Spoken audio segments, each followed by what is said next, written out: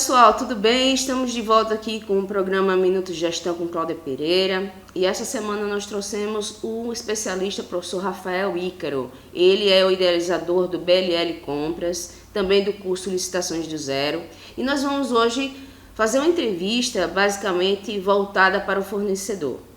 A primeira pergunta que eu faço ao professor é: qual é a visão do fornecedor em relação ao SICAF e a sua importância? Olá, Cláudia. Primeiro, é um prazer estar aqui nesse Minuto de Gestão Pública com você no programa Cada Minuto. Realmente, para mim, é uma grande honra estar presente aqui e ser convidado para esse programa de renome que passam grandes nomes da contratação pública. E hoje eu estou aqui representando o lado do fornecedor, o lado do licitante, o lado do consultor.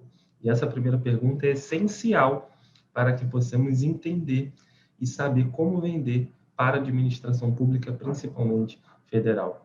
O SICAF, para quem não sabe, é o Sistema de Cadastramento Unificado de Fornecedores e é instituído atualmente pela Instrução Normativa 03 de 2018. O SICAF ele é 100% online e 100% gratuito. O que tem acontecido muito, Cláudia, é que muitas empresas, muitos empresários, microempreendedores individuais, eles querem vender para o governo e quando vão buscar o site do governo federal, eles acham alguns sites meio que fake, né? Alguns sites fake, no qual eles colocam na internet SICAF, e esse site, ele meio que obriga você, porque você não sabe o que é SICAF, você está perdido, então ele obriga você a pagar um boleto de R$ 900, de R$ 950, R$ 985. Então, esse é um dos pontos importantes que eu utilizo a rede social para poder propagar realmente as informações corretas. Tá? Então, eu recebo meio que semanalmente pessoas falando: olha, Rafael, eu gerei aqui um boleto de R$ 980, eu tenho que pagar? Eu lembro que você falou que esse café era gratuito.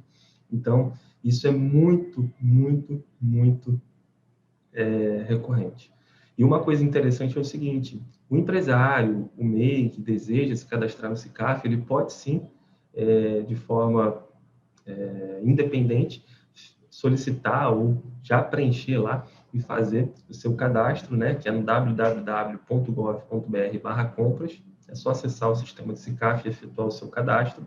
Ou, se ele tiver alguma dificuldade, ele pode contratar um profissional, um consultor de licitações. Ele pode fazer um curso que tenha o passo a passo do SICAF, isso não impede. E lembrando que para a utilização do portal Comprasnet, que é o maior portal de compras do Brasil, toda empresa é obrigatória se cadastrar no SICAF. Então, ele não pode utilizar o Comprasnet sem se cadastrar antes no SICAF. Tá? Então, o SICAF ele é uma ferramenta muito boa, que é gerenciada pelo próprio empresário ou pelo próprio consultor de licitações, tá? Seja no cadastro e seja em todo o manuseio de atualização de documentos. Né? O SICAF ele é composto por 6 níveis, que é o nível de credenciamento, habilitação jurídica, regularidade fiscal e trabalhista federal, regularidade fiscal estadual, distrital e municipal, qualificação técnica e qualificação econômico-financeira. Então, todos esses níveis precisam ser preenchidos. Para me cadastrar no SICAF, eu só preciso, inicialmente, do credenciamento. Mas para manter o meu SICAF atualizado, eu preciso preencher todos os níveis. Até mesmo que a administração pública federal ela fica atenta ao SICAF. Isso não impede de você também apresentar sua documentação independente do SICAF, tá? É interessante a gente frisar isso. Porém, o SICAF, ele é uma ferramenta muito boa e muito estratégica também para os fornecedores que conhecem licitação, tá? Então, essas são as informações sobre o SICAF que eu trago nessa pergunta, Cláudia. Entendi, professor. Professor, qual é a diferença entre pregão eletrônico e cotação eletrônica? Vamos lá, ótima pergunta também. A diferença entre pregão eletrônico e cotação eletrônica. Iniciando pela cotação eletrônica, a cotação eletrônica ela tende a ser muito menos burocrática tá? E a cotação eletrônica, ela tem a contratação através do valor, né? A cotação eletrônica do Comprasnet, né? Que é um tipo de dispensa de licitação.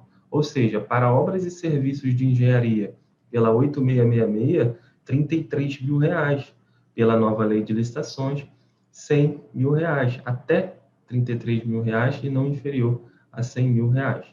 Já para bens e outros serviços, R$ 17.600 pela 8666 e R$ 33 mil pela nova lei de licitações, 14.133 de 2021.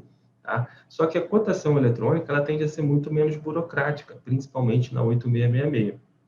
Já o pregão eletrônico, ele não é razão de valor. Ou seja, o pregão eletrônico ele pode ter um pregão eletrônico de R$ 50 mil, como pode ter um pregão eletrônico de R$ 50 milhões. Tá? Só que ele tende a ser um pouco mais burocrático, mais criterioso, né? Então, por exemplo, eu vou dar um exemplo prático aqui. Um licitante, um fornecedor que deseja começar a vender para o governo, ele pode começar pela cotação eletrônica, por exemplo, se ele não tiver uma qualificação técnica, porque a maioria das dispensas de licitação, cotação eletrônica, não fazem exigência de atestado de capacidade técnica. Então, é até uma dica para quem deseja vender para o governo. Já nos pregões eletrônicos, existem editais que não exijam também a qualificação técnica, mas a probabilidade é menor. Tá? Então, tem essas diferenças, lados positivos e lados negativos. Tá? Mas quem deseja vender para a administração pública precisa conhecer essas duas vertentes, tanto do pregão eletrônico quanto da cotação eletrônica, e consegue realmente administrar as duas vertentes. Então, por isso a importância da capacitação, Cláudia. Certo, professor. Como é que podemos atuar vendendo para o governo? De que forma a gente pode vender para o governo? Olha, eu costumo dizer que tem duas maneiras, tá, Cláudia, de vender para o governo. Tem a maneira direta e a indireta.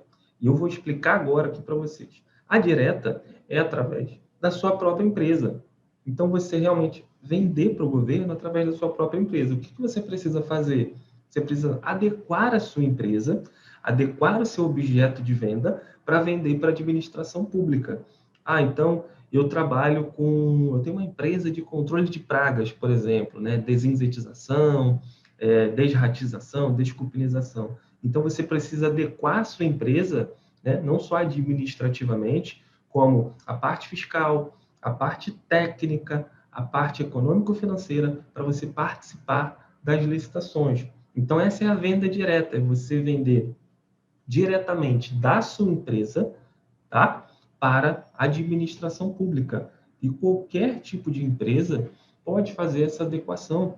Basta simplesmente entender as regras da licitação, né? Como a gente costuma dizer, entre aspas, né? As regras do jogo, sabendo que uma licitação, claro, não é jogo, é muito mais do que isso, né? Uma responsabilidade, é o nosso próprio dinheiro que está sendo investido nessas empresas que estão sendo contratadas, tá? Então, essa seria realmente a venda direta, uma maneira de você atuar vendendo para o governo, podendo participar de processos, né, licitatórios de 10 mil a infinito, a milhões de reais. Tudo depende do seu tipo de negócio, tudo depende da sua adequação, né, da empresa, e sempre frisando que a administração pública ela busca o melhor preço, o preço mais vantajoso, não o menor preço. Não adianta a empresa ter o menor preço e não atender os demais requisitos do edital de licitação, como prazos,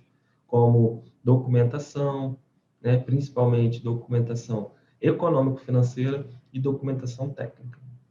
Também temos a parte da venda indireta. Tá? O que seria a venda indireta, que eu denomino como venda indireta? É a atuação do consultor de licitações. Então, eu mesmo tenho várias capacitações para consultor de licitações. Tá? Então, o consultor, ele trabalha indiretamente. Por quê? Porque ele atua representando empresários, empreendedores, tá? Para vender para o governo.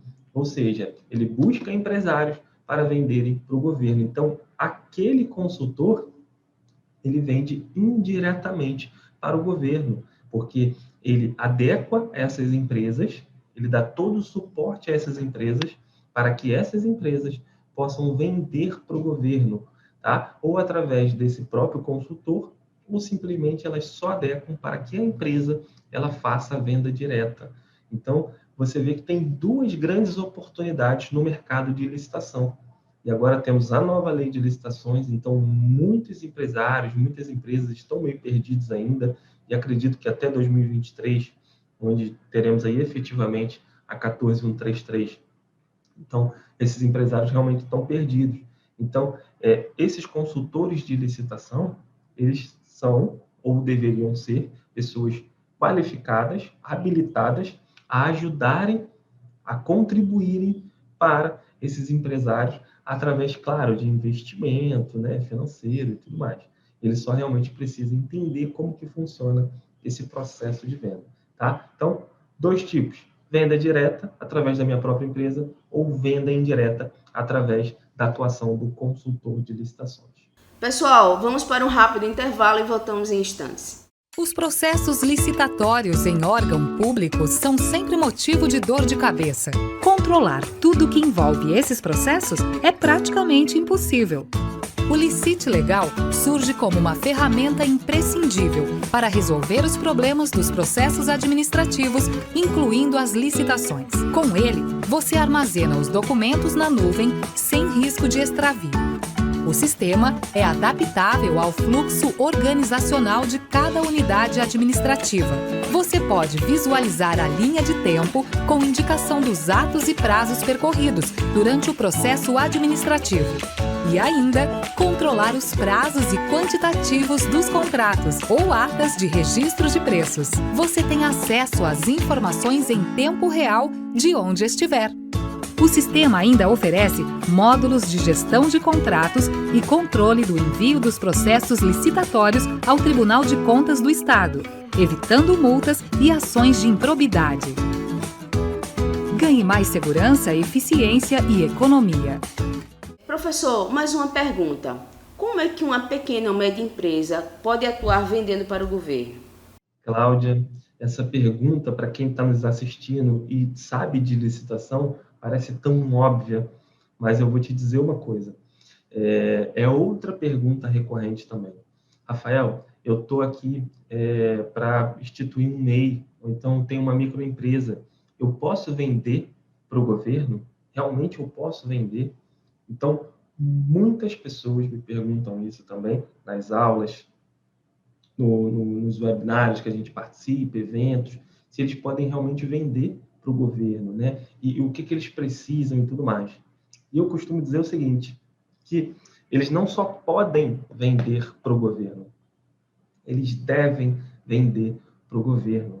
Sabe por quê? Porque o governo ele fomenta a participação tanto do microempreendedor individual, da microempresa e da empresa de pequeno porte, com vários tipos de benefícios que estão legalizados através da Lei Complementar 123 de 2006 e do Decreto Federal 8538 de 2015. Então, as empresas, seja pequenas e médias, elas não só podem, como devem participar das licitações, tá? Citando alguns exemplos aqui, licitações exclusivas com itens ou lotes até 80 mil reais. Então, o MEI, a ME e a PP vão participar dessas licitações exclusivamente. As grandes empresas não poderão participar dessas licitações. Olha que grande benefício. Outro grande benefício, se uma dessas empresas, pequenas e médias, está com a documentação fiscal ou trabalhista de forma irregular, vencida, o que ela pode fazer? Ela apresenta o documento vencido no ato da habilitação e terá um prazo legal para regularização de 5 dias úteis, podendo ser prorrogado por mais 5 dias úteis. Ou seja, a empresa está com o documento vencido, assim que ela é declarada vencedora do certame, o pregoeiro, no caso do pregão eletrônico, concede um prazo legal de 5 dias úteis, podendo ser prorrogado por mais 5 dias úteis, para que ela possa regularizar a sua documentação fiscal ou trabalhista, dentre outros benefícios que a Lei Complementar 123 e o Decreto Federal 8538 trazem para o microempreendedor individual, para a microempresa e para a empresa de pequeno porte. É realmente fascinante o que o governo faz em prol dessas empresas, realmente para trazer o fomento dessas empresas. E para finalizar, só mais um item que é importantíssimo, antes que eu me esqueça, que tem o chamado empate ficto, né? Uma pequena empresa, por exemplo, uma microempresa participou de uma licitação e ficou em segundo lugar numa margem de 5% de uma grande empresa. Ela tem a possibilidade de cobrir essa grande empresa. Tá? Ou seja, uma grande empresa fechou em R$100 mil e uma microempresa fechou em R$104 mil, aquele certame, aquele item. Então, o sistema irá convocar automaticamente essa segunda empresa, que é uma microempresa, para cobrir ou não, fica a critério dela, essa grande empresa. Então, esse é mais um grande benefício que o governo ele fomenta a participação das pequenas e médias empresas. Professor, para a gente finalizar a entrevista, eu pergunto, qual a dica essencial para se vender com sucesso ao governo? Esse é o segredo do sucesso, digamos assim, né, Cláudia? Como identificar uma boa oportunidade? Eu costumo dizer que, às vezes, uma boa oportunidade, através de um edital de licitação, para mim, pode ser que não seja uma boa oportunidade para você, por vários fatores, né? Região, custos, dentre outros fatores variáveis que rodeiam aí uma análise de edital de licitação. O primeiro ponto que eu trago de importância master na análise de um edital de licitação é que quando a gente baixa um edital, um dos primeiros parágrafos, normalmente, é o preâmbulo. Naquele preâmbulo, vem as informações do órgão público, vem o processo administrativo, número do pregão, critério de julgamento, tipo de licitação, se é global, se é unitário, e também vem o quê? A legislação. Ou seja, eu preciso verificar qual é a legislação. É pelo Decreto 10024 de 2019? É um pregão eletrônico pelo Decreto 10024 de 2019? Ou então, eu estou participando aqui de uma licitação, de um pregão eletrônico de estatal, por exemplo. Então, eu preciso entender que nesse pregão de estatal, eu preciso correr atrás, eu preciso ir atrás do regulamento interno de licitações e contratos daquela estatal, porque a estatal, primeiro, ela é pela Lei 13.303 de 2016 e cada estatal possui seu regulamento próprio de licitações e contratos. Ou seja, eu preciso baixar esse regulamento para verificar o passo a passo e também balizar com o edital de licitação se está batendo as informações, até mesmo para saber se eu preciso impugnar aquele edital ou não. Lembrando que estatais utilizam vários sistemas de pregão eletrônico, como o próprio Comprasnet, Licitações E, tá? Então, assim, eu preciso entender esse primeiro ponto. Qual é o tipo de regulamento que está sendo conduzido naquela licitação? E ainda uma estatal pode utilizar também no que couber, no que ela desejar, o decreto 10024 de 2019. Tá? Esse é o exemplo inicial que eu preciso entender e simplesmente analisar aquele edital de licitação. Como eu já vi órgãos federais que são obrigados a utilizar o decreto 10024 de 2019 e simplesmente não utilizam, ou utilizam em partes, utilizam um decreto revogado com 10024 e fazem um mix, tá? Um Frankenstein para fazer aquele processo licitatório. Então, simplesmente tem que fazer e registrar a sua impugnação. Tá? Esse é o primeiro ponto. Outros pontos importantes também é fazer uma análise minuciosa no edital através do valor estimado. Será que tem valor estimado? Será que é sigiloso? Eu preciso verificar isso também. Por quê? Porque se tiver o valor estimado da licitação, com o valor estimado da licitação, o fornecedor consegue balizar se dá para ele participar ou não daquela licitação, através da complexidade técnica que aquela licitação traz. E quando eu falo complexidade técnica, não é só um serviço de engenharia, de manutenção, não.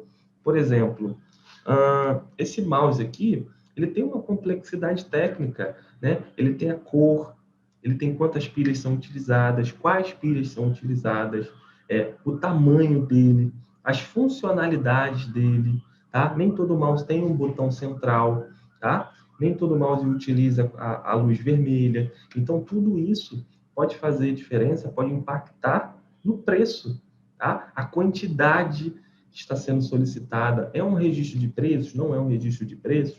Então, tudo isso precisa ser levado em consideração, tá? Outro item importante, a questão da habilitação. Qual é o tipo de habilitação? Será que eu, como empresa, ou eu, como consultor, analisando para um cliente, né, para uma empresa, consigo atender esse edital de licitação no quesito de habilitação? Então, eu preciso ir no item específico de habilitação e também verificar no termo de referência se estão exigindo alguma qualificação que a minha empresa, ela realmente consiga atender. Se ela deixar de atender, não tem por que o licitante participar daquela licitação, principalmente se for uma exigência legal.